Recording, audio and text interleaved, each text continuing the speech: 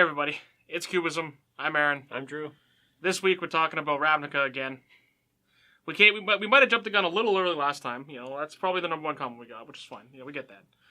I know as soon as we finished recording on the Sunday and spoilers started on the Monday, we didn't really look into it too much. A little bit of a mistake. I remember they came up. I was like, oh no, gotta edit, gotta get this out. I can't have us coming out because it was going to release on Friday, and that would have been terrible. It would have been even worse. So 60% of the set spoiled. Yeah, that was bad. So here we are, whole set spoiled. What a world to be alive. We aren't breaking it up this time, I guess. Though we did talk about 4 cards in the first part. So if you do want to see those 4, check out the first impressions part. So we talk about Amara, Ral, other cards. 2 more. Under Realm Lich. Undergrowth? The green guy, right? Yeah, under something Lich. And I'm blanking on the other one for some reason. Either way, that's irrelevant. We're not talking about those cards today. We're talking about the rest of them. So, with every Ravnica set, we get really excited, to hopefully fill out some of the weaker guilds. Some of them aren't. Everything is not created equally. Some guilds, like let's say Orzhov, one of the enemy guilds, has infinite choices, right? Or lots of tools. Ways to Azorius, go. Infinite choices. Some are Boros, right? Some are Simic.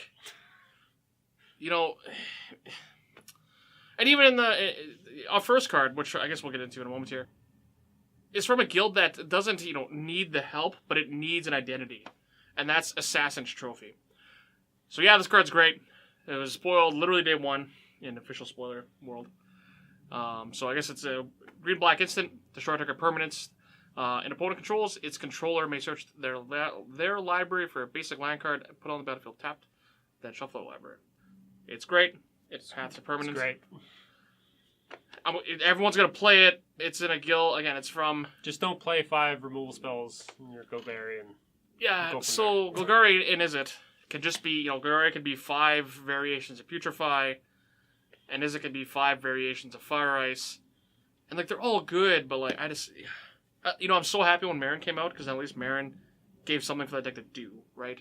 And, I just want more of that. And, Underrealm Lich is close, but being a 5 mana... The 3 toughness is... 3 toughness is, it's not the best, so...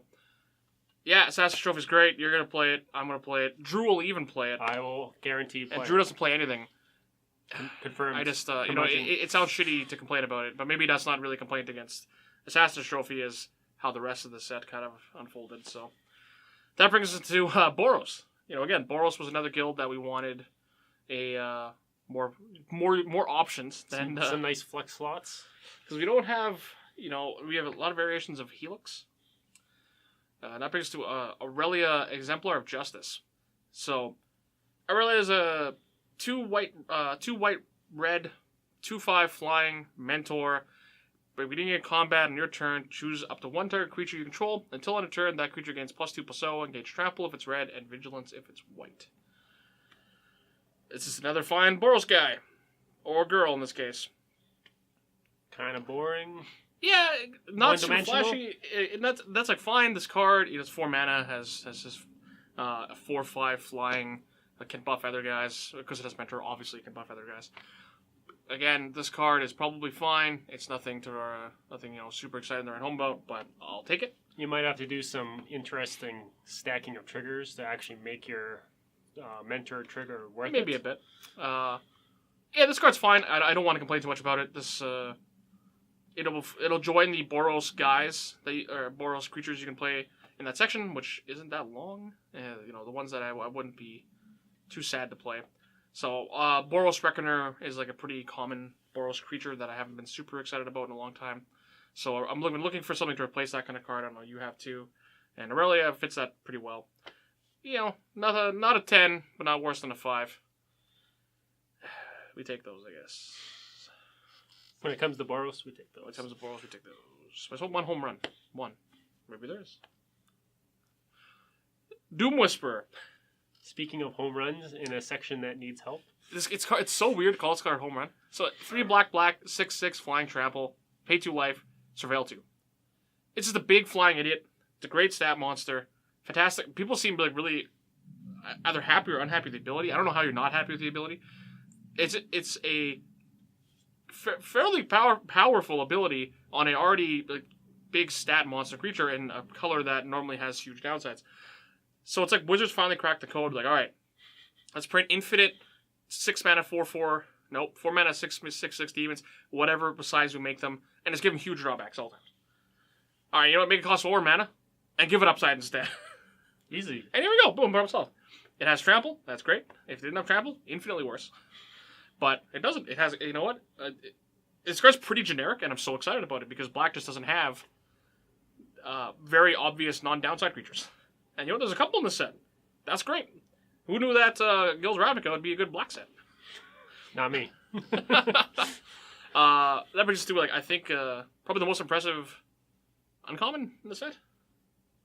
Sure. Most Maybe. impressive uncommon we've read so far today. So far, I don't think there's any uncommons in the first part. Anyway, Goblin Crater Maker, 1 in a red, 2/2. Pay 1, sacrifice Goblin Crater Maker.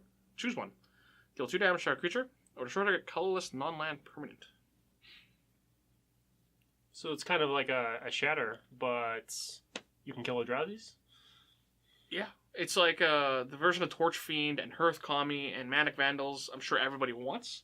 It's a proactive one. I like having the one that doesn't get stuck in your hand while you're waiting for them. Maybe they'll play something. Yeah, kind of similar to, I guess cards are what next card we might be talking about.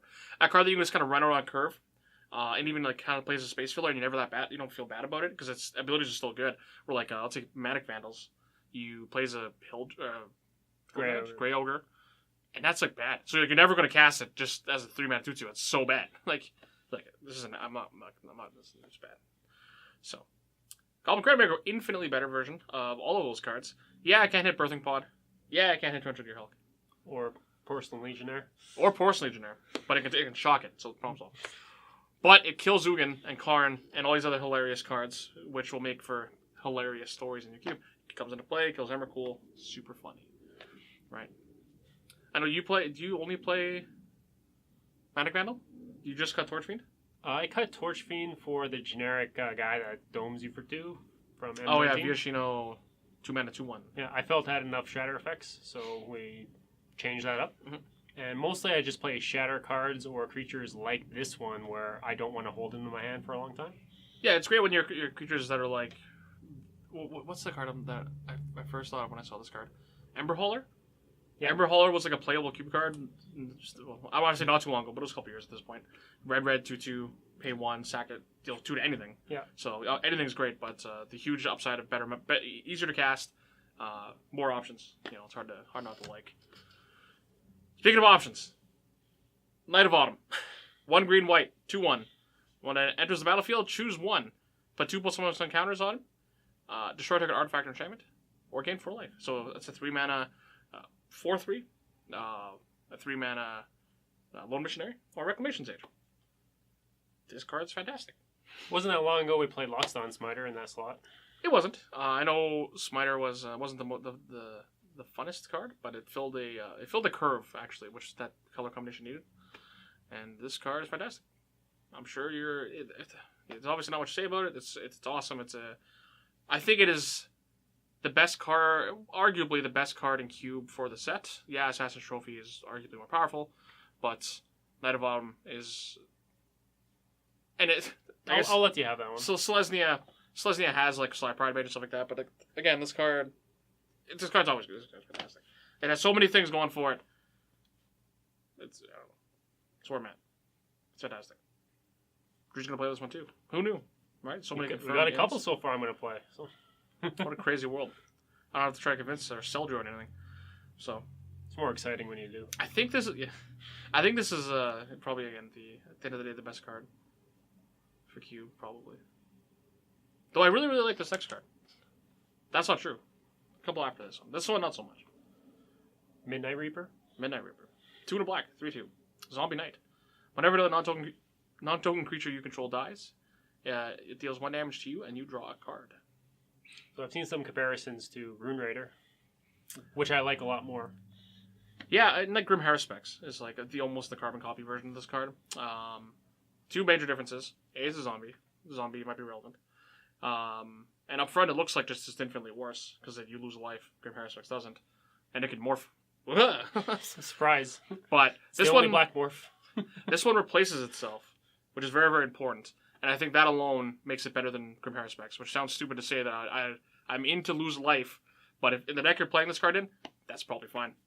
So again, after reading Grim Haruspex, like, yeah, this card is just like Grim Haruspex, but whatever, the first time reading Grim Haruspex back when cons came out, I feel like I kind of have to maybe work a little more to make that card work. But this card, replaces itself. I'm game at all points. Future type, small nudge, but doesn't really, make or break the deal. So, very excited to try the card. Yeah, I think I read it a few times, and it's not something I am really sold on right now. I know, I guess it's similar to, what's his name? Rune Raider. Rune Raider came out like no one was really excited about this very boring black card. That ended up performing way better than expected. So we've been getting black creatures without these big glaring downsides.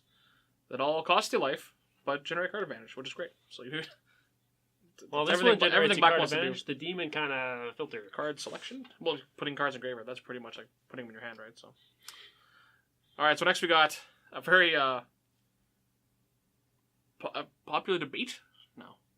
It's on my maybe list. It's not Snapcaster Mage. Mission briefing. Blue, not Snapcaster Mage. It's in brackets, right? Blue instant. Surveil 2. Then choose an instant or sorcery card from your graveyard. You may cast that card this turn. If you would cast that card, or if that card would be cast from your graveyard this turn, exile it instead. It's no Snapcaster Mage, but you get to play balance off of it. Yes. As an instant. Instant sorceries on your opponent's turn. Or combat. So, I think just in Modern, this card is just a bad Snapcaster Mage. But in the 1-of format, I don't know how much... I'm still not sold on it, but it does have interesting interactions if you are playing those kind of cards. Being able to flashback Wrath of Gods during combat step, even some specific rule spells, Toxic Deluge, or Balance, or like the ceiling's kind of high. But a blue upfront cost is steep. I think at the 540 size, I can jam this in if I want. Yeah, you probably have a little bit of space. You can get really cute with Ice Crown Scepter if that's up your alley, but I hear blue has a lot of blue things that want to go on Ice Crown Scepter, so there's a lot of lack of options. Mission Briefing, very interesting card. I'd have to see this card. I think get to see in action to kind of fully understand, but I don't know. As much as I am a naysayer in every format that is constructed, in Cube maybe we're playing 1-ofs. We don't have 4 Snapcaster Mages, so the card. I think this was like one of the last spoilers before they released the whole set, and it's a card I'm maybe most excited about from the set. It was a zombie though. Plaguecrafter. 2 and a black, 3/2. When Plaguecrafter enters the battlefield, each player sacrifices a creature or planeswalker. Each opponent who can't discards a card.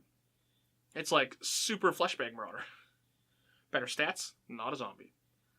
But, Fleshbag Marauder, I guess in control mirrors, in control matchups, very often it's kind of a dud, unless they just randomly run out a Consecrated Sphinx with, the pants down, have nothing else, so. Being able to kind of eat a Planeswalker on curve, they get to clear the board, play a Jace on an empty board, I play Plaguecrafter, gotcha. It's been a while since I ran one of these types of effects, and I think I'm going to fit it in. Especially because the mana cost is so appealing. Yeah, and even against the same control matchups where Fleshbag Marauder was not good. Even if they have nothing, they still discard a card. So this card has a lot of upside. And there's the option of like, well, what if I need to kill this? I need to edict this creature instead I get this Planeswalker. I can't imagine there's going to be too many situations where edicting their Planeswalker is that much worse than eating a creature. Usually you can eat the creature and then attack the Planeswalker. So I do like this card a lot. Super Fleshbag Marauder. I'm in. Not a zombie though. 2 toughness. Nice mana cost. This card could have easily been 1 black, I think. That'd be really sad, probably. Probably wouldn't play it. Yeah. We got a lot of 3-drops. Soon, black will have the best 3-drops. Sunhome Stalwart. This card's boring. 1 and a white, 2/2, first strike, Mentor. That's it. I was in until I realized you can only buff 1/1s. Unless you like Bone Splitter or something. Yeah, I think at 450, I have just enough playable 2s that I'm like happy with. I have Precinct Captain and maybe Nine Offensa here and there. I normally play one or the other, but it's nice to have just again for Precinct Captain, easier to cast. Yeah, it's you don't get the soldier ability. It's better in combat. Better in combat, a bunch of other things. Cards are boring, but not that terrible. This card could have been on the list. That's the honorable mentions list that we have for later, but for some reason it isn't. So, Tajic Legion's Edge. 1 red, white. 3/2 haste. Mentor. Prevent all non-combat damage that will be dealt to creatures you control. Pay red, white. Gains first strike on turn. I really dislike 3/2. his art. Yeah. I do too, yeah. Yeah, I really dislike Tajic's art. I'm not sure if I don't like the art more or the line about preventing damage. Hey, you can't get power class. Yeah, well, he can get power class. Well, he can. He can get bonfired. Your team can't get bonfired. At least we're going to try this card. Yeah, this versus Aurelia, which one do you like more? Oh, this one. Yeah, not close. It's got haste. It's cost 3. Yeah. It's got haste. White 3-drops have kind of an issue being the aggressor in Cube. At least for aggressive 3s in Cube, you have like Blade Splicer, but then outside of that, you have a lot of double white cards or like 2 3s that like give two you power, two boon power tokens. flyers. Yeah, like so. This card is a 3-drop that fits into those colors. That's white 3. It's kind of great. You know, if it's like it almost has like it has 4 power with haste. There's a lot of upside to this card. Very little to say. I feel like it'll play really well. That's cool. It's good on curve. It fights. It's like super good in combat late. Like if you have any extra mana sitting around, this card's a beast. So big fan. There isn't an alternate art promo, is there? Like, I don't for think Game Day so. Or something? There's not. There's a Mara. Okay. Rest in peace. Drew was really excited about this card once upon a time. I was. That's too bad. For a little bit. Tristani Discordant? Yeah, sure. I didn't read his full name before. Tristani. 3 white green. 1/4. Other creatures you control can plus +1. When Tristani enters the battlefield, create 2 1/1 white soldier tokens with lifelink. It's weird to make soldiers. Maybe it's not weird. At the beginning of your end step, the player gains control of all creatures they own. I wonder how relevant that line of text is going to be. Probably more than you think, but... More or less than Tajic's preventing non-combat damage. Less. So not that much. But more than, say, Hanrir Garrison's merge text. You know? Well, maybe a little more than Hanrir Garrison's merge text. So it's 5 mana, 1/4, Anthems your team, protection from treachery. Biggest problem I have with this after when I wanted to like it was it's a 1/4. It needs a bit more base 2/3? stats. 2/3 was sucked. 2/4? 2/4, 3/4. Is that too much to ask? 3/4 for a green white? 4/5. Should have been a 4/5. Instead of sitting on the sidelines. Fair. That brings us to the last not honorable mention card. There hasn't been that many cards. It's kind of sad. Either that or, the set's sad for Cube at least. Or we're just prudes. Which might be both. It might not be pushed as much as the last Ravnica. It doesn't feel like it is. Maybe I just keep coming back to Siege Rhino. It wasn't even from Ravnica to begin with. Or everything needs to be Siege Rhino. Vraska Golgari Queen. So after Vraska spent all of Ixalan finding the Immortal Sun for Nicol Bolas, in exchange, she became the Golgari Queen. At 2 black-green, full starting loyalty. That's good. 4 mana, that's great. +2, you may sacrifice another permanent. If you do, gain a life, draw a card. -2, -3, -3. Destroy target online permanent with permanent cost 3 or less. -9, you get an emblem with whatever creature you control deals combat damage to a player. That player loses the game. You know, I don't think I read the ultimate before. It's a lot better. I like that it's like a... It's better than not like a little assassin guy. Yeah, the assassins were so bad. Now it's my whole squad are assassins now. So, Vraska, obviously a very build-around me card. Traditionally don't fit very well in the cube unless it's artifact-focused. Vraska isn't as good as 6 mana Vraska, just at face value, unless you go kind of deep into the sacrificey epoxy strategy. But as I mentioned earlier, with this zombie theme that I've been kind of pushing, you do a lot of this Anyway, black has a lot of idiots in the early game, which randomly I found out like Magic Online doesn't play any of the, or this cube iteration didn't have any black 1-drops. So it was really, really weird. Not that that's a big deal, but the decks already try to do that anyway. This one maybe a little over the top. You know, it does cost 4. It does go to 6. It's in a color that can very easily protect it. The Abrupt Decay ability is very meh. Doesn't all the Vraskas have that type of ability for the most part? Yeah. Yeah. What is it? The original one does. The original one is like -3, do like destroy an online permanent or something, costs 5 though. The other Vraskas destroy a creature or artifact, and you get a treasure. Yeah, do want to do that. And then this one is an Abrupt Decay. So, yeah. It's costed, right? Yeah, again, it costs 4. It has a lot of things going for it. It's not like Golgari has a lot of diversity. Yeah, in Planeswalkers, you have Angry Garrick and Vraska. I do like Angry Garrick. But, you know what? Which also has a similar ability to this, -3. We were complaining about how Black-Green doesn't really have a color identity early in the episode, and I think Vraska is maybe a step in that direction. You know, the graveyardy, what's his name? Grizzly Salvagey, whatever deck. So maybe there's a world where those pieces kind of start coming together. But the deck that Marin's good in? The deck that Marin is good in. Marin is probably better on 4, but that's, you know, me. So, at face value, I think if I were to choose a Black-Green Planeswalker to play, it is 6-mana Vraska. But 6-mana Vraska fits into the 5-color Planeswalker deck, which kind of becomes a menace if you don't, keep it in check. So Vraska Golgari Queen doesn't do that. It fits into, obviously, a very specific strategy. And is it interesting? It's hard to say build around me card. Because there isn't a lot of build around beyond sacrificing your other permanents. But either way, it gives something Black-Green to do that's maybe not unique, but it's something that color does well. And white. You know, it's a good Abzan Planeswalker, I guess. Should have just been Planeswalker Siege Rhino. Anyway. So, those are all the cards we wanted to take time to talk about. All of them except for Sunhome Stalwart. We didn't really want to talk about that card. I don't know why it's on the list. I blame me.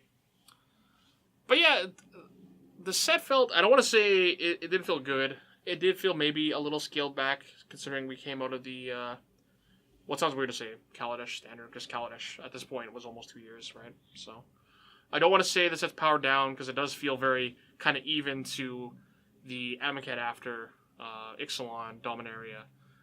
Dominaria had Grand Slams like Karn and Teferi, but there's still 2 more Ravnica sets to come, and a whole lot of hope that we get some Simic cards. You know, just 3 Simic cards would be nice. You know, I'll take 2. I'll take 1 home run Simic card and one medium one. That's all I want. Kenny is convinced we're getting 0. He might be right. So I don't know what else I wanted out of the set. I wanted a little better of a Boros card. I'm not really that upset about like Golgari does the same thing over and over. We got we are lacking a few cards that punch above their weight at the gold section. Yeah, we got the Knight, the Green-White Knight. But again, it's still like that. That card is great, and I'm super happy that we have it. But like you can still find that effect in Reclamation Sages, like enough, and this and that. So nothing that I'm super, super excited about. After thinking about Ral, is it Viceroy more? I'm a little more on board for that card. That's the card you didn't mention at the beginning. Okay, well, perfect. But Ral was one of the cards that I'm actually more interested in playing now, and I kind of have more time to digest it. But outside of that, set's kind of fun, I guess. Oh, the Mythic Masterpiece Planeswalker cards you can buy. You can find them at Grand Prix now. People go to Grand Prix? Seems like bad value. Well, they're trying to get people to go to Grand Prix. So, outside of that, I guess we have a couple of honorable mentions, cards that aren't nothings, but, you know, they kind of speak for themselves. So we have Electrostatic Field. What is the name of this card? I still think it's Lobster Crew. It is not Lobster Crew. What is it? 1 in a red, 03 from Eldritch Moon, tap, deal, 1 amateur. I can visualize the card, but the name, I don't work in a Magic store. You should have this one. I'm sold out of it all the time, too. It sees Pauper play, doesn't it? It does. It recently got cut. Because they stopped playing the Thornborough Watcher and that card for the Gitu Lava Runner and Keldon Marauders. It's great. Anyway, so other side field, 2.04 defender, doesn't have to tap, slightly better stats. We got Pelt Collector, another variation of Experiment one. Gets trample. You got Thief of Sanity. You know, I originally was on a list because Drew still plays. I love Nightveil Spectre. Nightveil Spectre. It's got 3 toughness. If you were playing Nightveil Spectre for its ability alone and not because you push Devotion, then Thief of Sanity is most likely just a better card. And by most likely, I mean is a better card. You can actually cast the cards that you could otherwise not cast with Nightveil Spectre. But anyway. And Risk Factor. The new Super Browbeat. That, while in Cube is a miss, I do think this card might actually have constructed playability. The fact that you get like 8 copies of it, right? You make Browbeat an instant and be able to flash back. It works with itself, obviously, very well. And even if they don't, if they take 4, like, that's fine. For you again, like, whatever. Again, not so much in Cube. In numbers, though, this card's pretty scary, even in 2 or 3, so. Anyway, that'll wrap up Ravnica. We want to thank the Mana Base, who I didn't thank at the beginning, because I'm not good at my job. I want to thank the Mana Base, your home base for all things Magic the Gathering. They're the great content provider that lets us bring you this content, you know. Twice this month, but not any times last month. So, not consistent, but make sure to check them out for just about everything, except Vintage. Vintage sucks anyway. And maybe not much Legacy. Yeah. For us. You're going there for us. That's why. Other than that, hopefully your pre-release goes well. This should launch right around then, depending how motivated I am. Not motivated. I turned over that episode in one day, kind of. One day, and then we pushed publish the Tuesday. So that was the most shocked. efficient. I thought you were trying to like prank me. It's punk. Ashton Kutcher just jumps out. All right. Anyway, I guess that'll be that. So I'm Aaron. I'm Drew. And, have fun pre-release.